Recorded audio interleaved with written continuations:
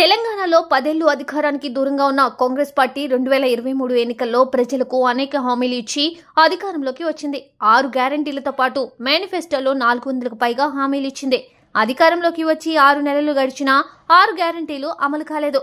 మరోవైపు మేనిఫెస్టోలోని హామీలు అమలు చేయాల్సిన అవసరం ఉంది. లోక్సభ ఎన్నికలు కూడా ముగియడంతో సీఎం రేవంత్ రెడ్డి హామీలు అమలుపై దృష్టి పెట్టారు. ప్రస్తుతం రేవంత్ రెడ్డి రుణమాఫీకి సుదీర్ఘ కసరత్తు చేస్తున్నారు.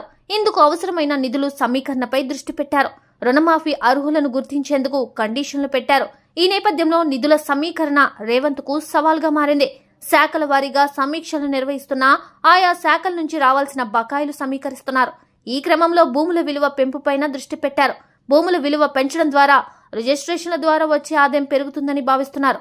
ప్రస్తుతం ఖజానాకు వచ్చే ఆదాయంలో మద్యం మొదటి స్థానంలో ఉండగా రిజిస్ట్రేషన్ల ద్వారా వచ్చే ఆదాయం తర్వాతి స్థానంలో ఉంది. ఈ నేపథ్యంలోనే భూముల విలువ పెంచాలని రేవంత్ సర్కార్ భావిస్తోంది. తద్వారా భారీగా ఖజానాకు నిధులు వస్తాయని అంచనా వేస్తోంది. భూముల విలువ పెంపు విషయంలోనూ రేవంత్ రెడ్డి జాగ్రత్తలు తీసుకోవాలని నిపుణులు సూచిస్తున్నారు.